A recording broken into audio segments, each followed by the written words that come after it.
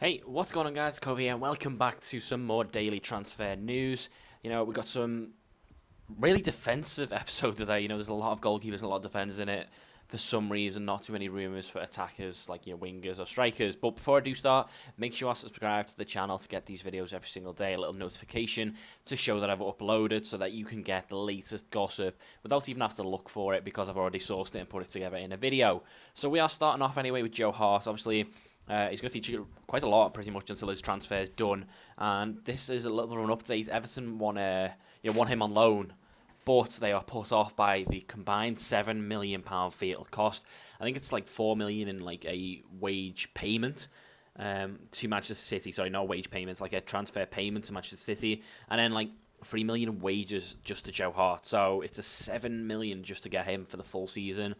I don't know, I don't know how much loans normally cost. I've heard it's usually about 3 or 4 million, including like wage and stuff like that. But it's a lot of money to pay for a player for just a single season. I think if I was Everton, I'd rather go in for him and try and get him permanently to be their main keeper. Obviously, they got Stekelenburg, who's done really well when he's came in, but I think Stekelenburg's like 34 now, so he's not the youngest of goalkeepers. If they sign Joe Hart now, they could still get a good 5, maybe 10 seasons out of him before obviously he'd be finishing his career.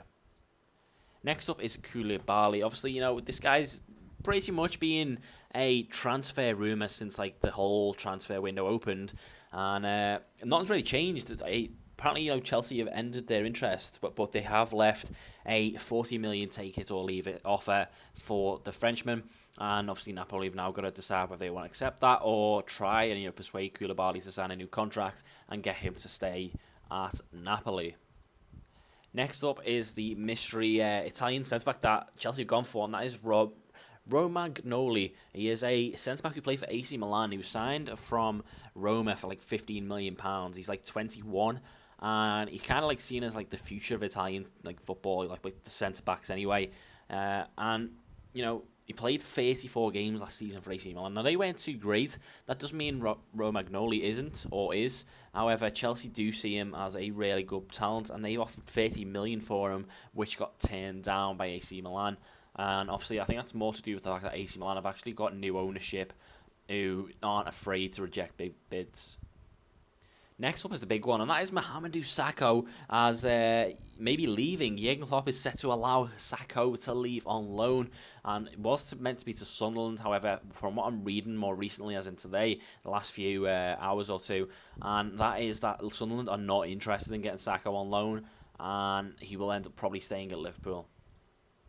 Next up is Tisserand. This is a young centre-back who's currently playing for AS Monaco, and he's seen as like the backup to Mustafi, which I'm reading, by the way. I don't want to put him in the transfer video because there's too many updates on him, but from what I'm reading with Mustafi, both Mustafi and the striker called Alakia from Valencia are both not for sale. So the owners of Valencia are not interested in selling them both. So that is an interesting one. That's why the likes of Tisserand will feature, as Arsenal have inquired about the 23-year-old. And that brings us on to the next one. That is Johnny Evans. Arsenal have been interested in him, but West Brom won't sell for anything less than 25 million, which is just mental. 25 million for Johnny Evans. I swear down, if Arsenal pay for that, they are done. That is ridiculous if they even try and pay that type of fee for Johnny Evans. Next up is Janmaat. This just shows how desperate clubs are for fullbacks. Janmaat was a horrible, horrible player for Newcastle last season. I thought he was absolutely garbage. And, for a player who should have been a lot better, let's just put it that way. He got sent off, 2 or 3 times? He was reckless in his challenges. He got beat quite a lot. And I know maybe that's how Newcastle played, and that maybe didn't help him, but it's really hard to justify a player, being sold when he had such a bad season. That's why I kind of rip Sissoko and Wijnaldum, because they both, got relegated with Newcastle. They can't be that good. And I thought Janmaat was absolutely disgraceful last season. He was awful. That's just my opinion, but I did think he was awful. However, that hasn't deterred Watford and West Ham both being interested in Daryl Janmaat. Next up is Galloway. He's gone on loan to West Brom. Did start to feature for Everton recently, especially under Martinez. However, he's been sent out on loan. Obviously not set as a first-team player. Next up is Delat, another done deal. He has gone to Aston Villa, signed a 3-year deal with the Championship club, and they've signed a fair few really good players. You know, at the start of like the whole transfer window, I would put Aston Villa has no chance of coming back up. The signings that they've made kind of like begins to point towards they may actually come back up. They held on onto likes of like Mikey Richards. And you have let Sinclair go. They signed Rhodes, they signed Delay, they signed one or two others that look really good signings. So it's an interesting one to see if they'll come back up. Next up is Slimani. Obviously, he's been rumoured to West Brom ages ago. But West Brom are desperate for a striker, and they may go back in for Slimani from Sporting Lisbon.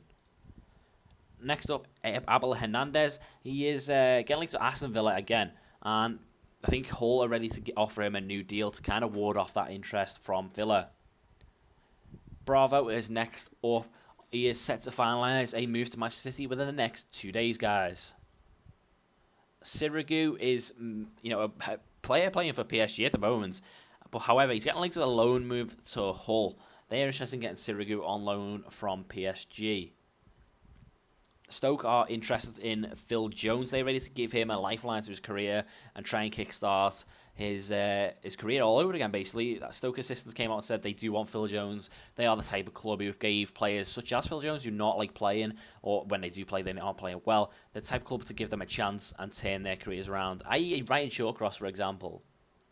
And we end with Ilori. He is ready to go, finally leave Liverpool, actually. He's never really got the chance to play centre-back, but obviously that's because he's never been good enough. Now, he is interested in Olympiacos for about a £5 million fee. And that's how the squad looked like. Obviously, it was really defensive. We only got 2 strikers in it. The rest are all like right back, left back, or centre back.